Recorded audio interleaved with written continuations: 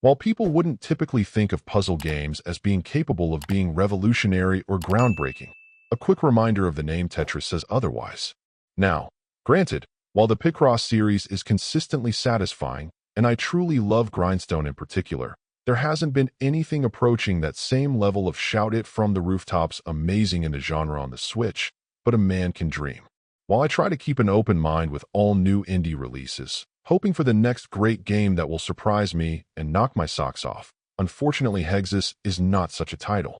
Conceptually, perhaps there could have been some potential, with the play area looking a bit like a honeycomb and you laying down a variety of pieces constructed of hexagons, trying to complete full lines in any direction. Every time you complete a line, all of the pieces along that path will be removed, potentially getting you out of a jam from poorly placed pieces, or to make room for better combinations.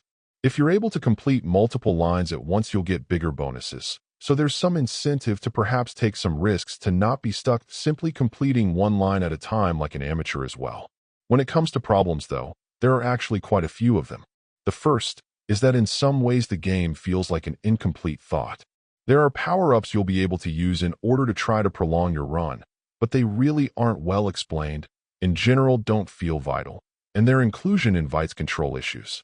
The second is that it takes a long time for the game to add any supplemental complexity, and when it does begin adding some static barriers to complicate your piece placement, they're simply a bit underwhelming.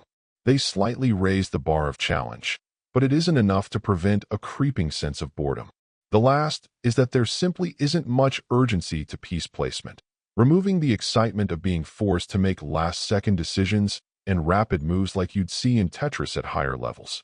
Here there's simply no real equivalent. The result is unfortunately a puzzle game that's just sort of there. It has its own approach, which is at least somewhat novel, but beyond that core concept it doesn't seem to have any additional worthwhile ideas. That makes for an experience that quickly gets redundant and stale, making it a really difficult game to try to sell with any positivity. Overall, my final score for the game ended up being a 5.4. And if you're interested in picking it up, it's currently available on the Switch eShop for $4.99. Thank you for taking the time to listen to this review. And if you'd like more information or ideas of indie games worth checking out on Switch, be sure to click on the link provided in the description. Until next time,